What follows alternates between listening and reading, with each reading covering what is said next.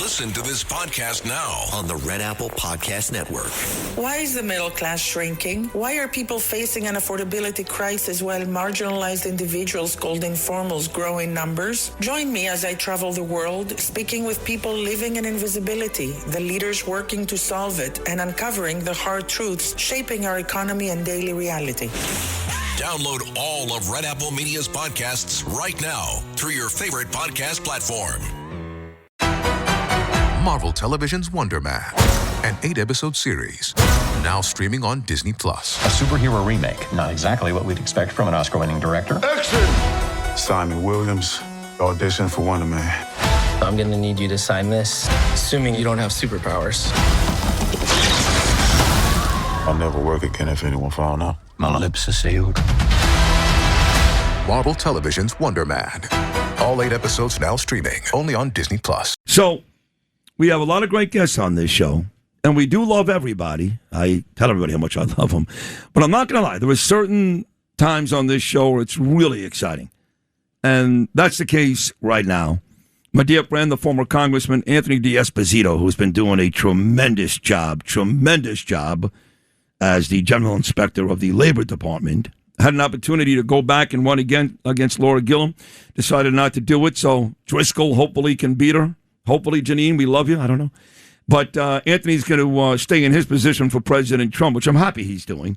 And with him, this is a real treat, is the Secretary of Labor, Keith Sonderling, who has literally devoted his last 8 years of his life, and he's only 43, to Trump's Labor Department. Even stuck around for a while there with Joe Biden.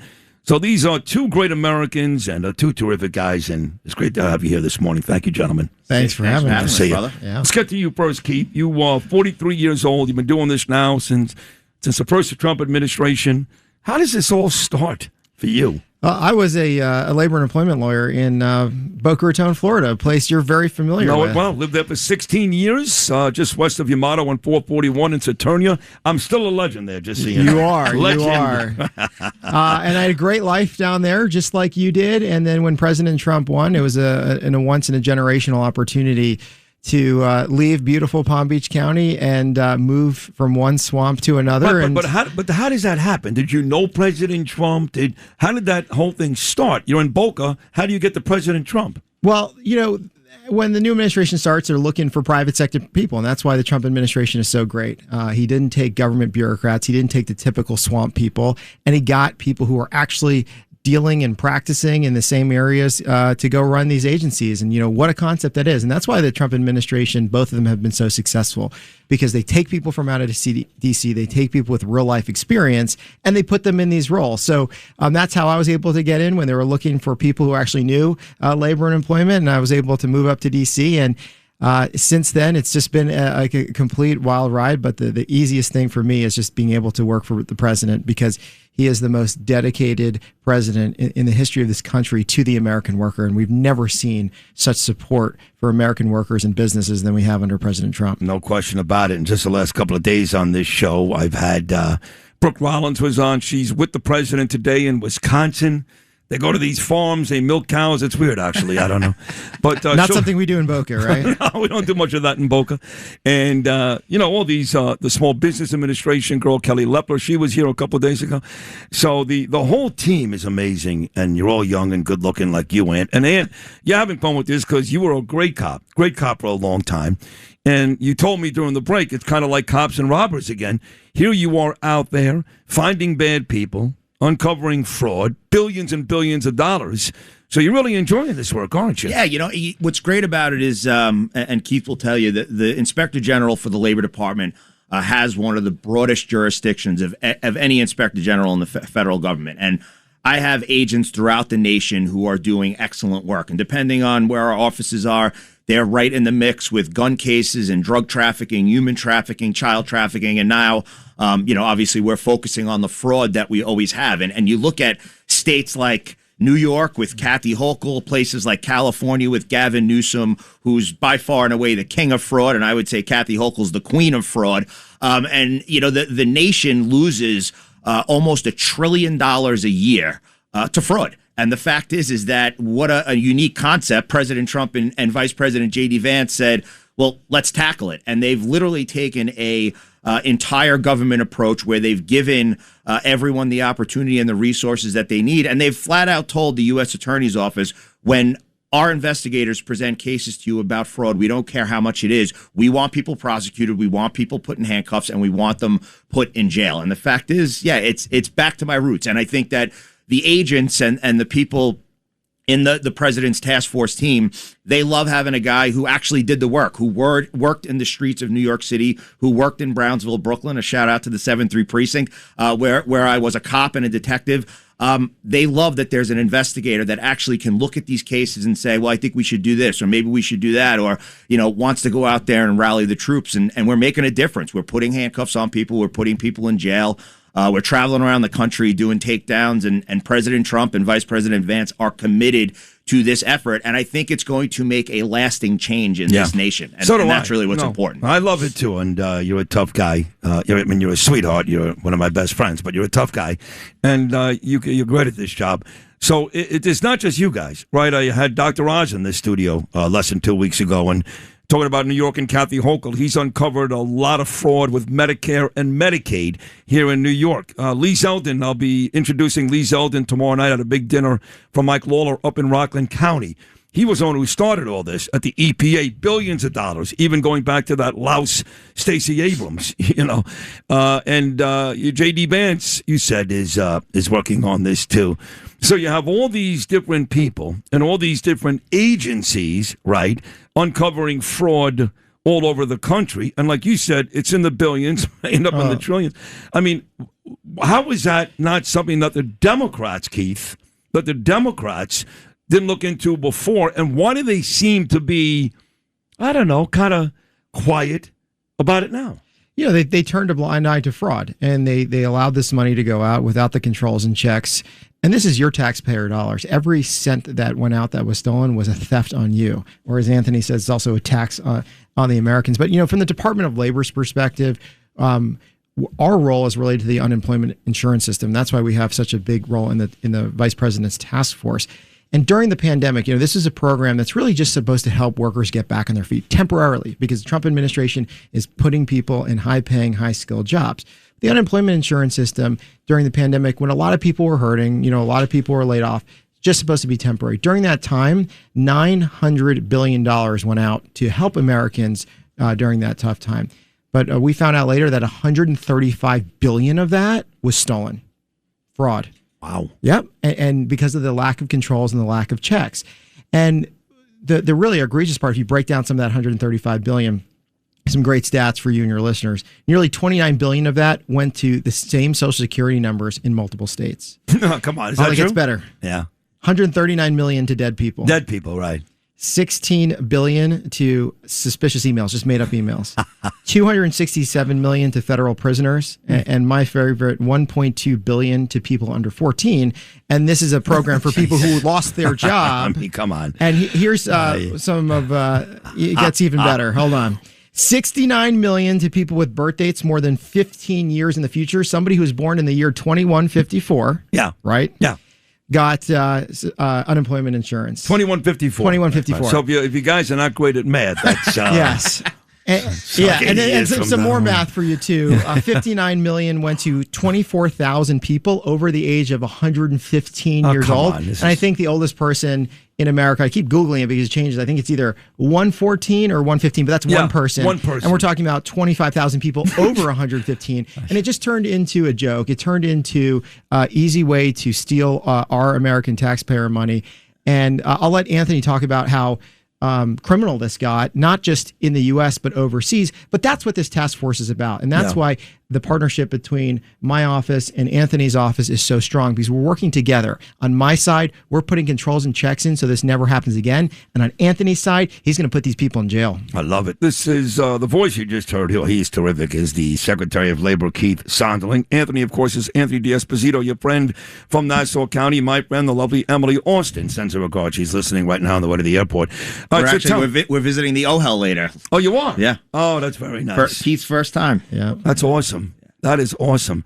So tell me then, you two guys are working together. Like he said, he's uncovering this and then you're tuning these people up. But I know cops hate that term. But is there any way above and beyond putting people in jail, and if this sounds ignorant, I'm sorry, but is there any way, Anthony, to recover some of those things? I mean, and that's what we're working on. I mean, we were able to find and uncover nearly $1 billion still left on prepaid debit cards. Not uncover, recover. Yes, and we then get it back. So what the thing now is with the leadership of Todd Blanche, our Attorney General, and the work of Colin McDonald, who's the Assistant Attorney General, who's really supposed to be focused on fraud, we're now seeing prosecutors and U.S. attorneys where not only are we putting people in jail, but we're requiring restitution. So if you stole, $100,000, you owe the government back the $100,000. And if you stole $3 million, well, you owe the government back $3 million. And I think that's what the American people want to see, right? They look at this person stole $5 million, they're doing 6 months in jail. Is it really, it could be worth it. Some people are saying it's worth it. But when you have to pay it back, I think, and that's what's sending the message. And I think that's what's key about this task force. And that's what's key about President Trump is that he looks at it with common sense. And he says, if you stole the money, we should be giving the money back to the American people. 100%. And you should go to jail. And you should go to jail. Right. I was watching, I was on Katie again last night, and this guy, Chris Hahn, was on. I know him from here. He worked here for a little bit. So you're going to Hofstra later? I am going to Hofstra later. Chris Hahn was one of my professors at Hofstra. Is that right? Yeah. Yeah, I mean, when you meet him in person, he's a nice guy. You wouldn't dislike him. But he goes on TV, he's a complete asshole. I mean, this guy. I mean, you talk about a liberal with a capital L. I mean, just a complete maniac. And he's talking about how, this whole thing started in Minnesota with Nick Shirley and how the Republicans, played this game and turned it into a big drama and violent, and the way they're doing it is not about the way to do it. Yeah, it's going on and on. So wait a second. Nick Shirley knocked on a couple of doors and nobody was there. I mean, what exactly did Nick Shirley do that was so unreasonable? Nick Shirley did what the mainstream media should have done, and that is go to places like Minnesota and look at daycare centers that the actual sign, instead of Learning Center, was spelled Leering Center. And the fact is that that money is supposed to go to our most vulnerable population, our elderly, our sick, special needs, children. And the people in Minnesota, and the Somalian refugees were literally, bank robbers without masks. And the fact is that we are now going to all of these different states. We're uncovering the fraud. And when he talks about violence, if you want to talk about violence, one of the things that the task force is going to be focused on is the fact that the money that's coming from these fraud scams is actually funding the violent crime that we see in places like New York City and throughout the United States of America. Right. These perps are sitting in apartments, and saying, all right, let's register 100 people in our apartments for unemployment insurance fraud. And then they're using the money to traffic guns and drugs. And the fact is, we just did a case recently where we found millions of dollars being sent over to the Chinese Communist Party. Wow. And that's the point I want you to know. This is not just funding activity here in the U.S. for criminals, but also it's going to our foreign adversaries overseas. So they're, scamming the unemployment insurance Important system. You said foreign adversaries. The Chinas, the Russias, the North Koreas, right? Correct. Okay. And they're going out there. They're hacking into our unemployment insurance system. If they see it so easy for Americans to scam this, criminal rings here in America, they're sophisticated. So they're also taking this money too. So now they're taking your American taxpayer dollars. It's going overseas against us. I mean, it's even worse than anything you'd imagine. And the Biden administration allowed it. The Trump administration is just saying, not in this administration. We're never having this again. We're putting the controls in check for the long time to stop this crime. But also, we're going to go after everyone. I think that's really important. But once the public, you're seeing it through Nick Shirley's videos, but even in our space too, when why are there these guns in the street in New York City? Where do they get the money to buy that? Through your taxpayer dollars. Yeah, basically. And who knows? We could eventually uncover, and we're going to look into it. Who's paying for these encampments on Columbia University and these petri dishes of hate throughout the United States. Right. Yes, it's Soros. Yes, it's others. Well, but you've also got CARE. You've also got the Muslim Brotherhood, which Absolutely. Marco Rubio needs to designate a terror group tomorrow, not today. But who tomorrow. knows which of their donors are using this type of fraud to fund these? All of them are. So you guys are heroes, is what you are. And the president's the hero who's been able to give us the chance to do this. And without President Trump wanting to make that change and empowering the vice president to do this task force, it would have been status quo, business as usual. Our taxpayer dollars being stolen. These gangs and drug lords taking all of our money. And that's one of the reasons as to why we have to work so hard and fight so hard in places like California and New York to try to take our states back. California is great. They got autism centers, and there's nobody in the building. Nobody in the building. Well, let's talk about New York here. When you look at the fraud numbers in the unemployment insurance system, you won't be surprised that New York has the highest in the country. Of course not. 17% of all the unemployment insurance that goes out in New York State, fraud. 17%. That's Kathy Hochul for you. Okay, 60 seconds, because I'm being told you guys have a lot to do today. You've got Newsmax, you've got Stu Varney, you've got a big thing coming up with, did you tell me 9/11 or something? Yeah, we're going to head down and meet with some of the brave firefighters from the UFA and the UFOA.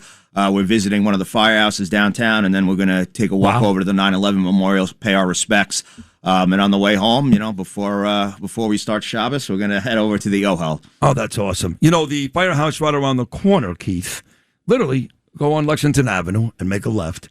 That was one of the stops that President Trump made when he was here with that ridiculous court case with that lowlife Alvin Bragg every day. Part of the reason why Trump won, he was a genius. He'd go to a barbershop in the Bronx. He would go all over New York and have these big rallies. The firehouse right around the corner is where he did his first responder rally here in New York, and I was there standing outside. You came up in conversation last night. We had dinner with our next governor, Bruce Blakeman, and Chairman Cairo. We had a great night. Yeah. We got Keith some good Italian food. Oh, you went to Rosario? We went to we did Rosario for lunch. We went to King Umberto for lunch, and then we went to Il Villaggio for dinner. Oh, nice place. I got the full Long Island experience, and for me, my parents were born and raised in the Bronx. I was born in Manhattan. It's just great to be back here and great talking about President Trump's policy. He's the best president for American workers, and New York City and Long Island and everywhere else is learning that quickly in these trips. Fantastic. Well, it's great to meet you, Keith. You're a wonderful guy, and thank you for your service the last 8 years for President Trump. And 43 years old, my God, your future is so bright, so thank you so much. Thank you. And I love you, Anthony. Keith asked yesterday, how did you and Sid get so close? I said, well, we're like brothers from another mother, but really is when he was my guest at the State of the Union and got thrown out. That's a true story. I got thrown out, right? I heard the whole story last night. Very little press, but I got thrown out. Yeah. And then we went to the RNC together, and we slept together, which is gay, but all right, it's out there now. Rosenberg banged the Esposito in Milwaukee. Congratulations. It was a long night. We did go to Bumpus Grill first. He loves that place. All right. You guys are both amazing. You all love the pieces, Anthony D'Esposito. Too, Keith, you're doing a tremendous job. Congratulations. Thank you. Keep up the good work, my guys. Thank you so much. Look forward to coming back. All right, Keith Sonderling right there, the Labor Secretary, and my man, the General Inspector, Anthony D'Esposito. Two great Americans, really two terrific guys. Thanks for listening to Sid and Friends in the Morning. You can hear Sid and Friends in the Morning weekday mornings at 6. If you like the podcast, share it with your friends and listen anytime at WABCRadio.com and download the WABC Radio app. Hit that subscribe button on all major podcast platforms. Plus, follow WABC on social on Instagram, TikTok, Facebook, and X. See you next time for a new episode so you never have to wonder. What the heck is going on here?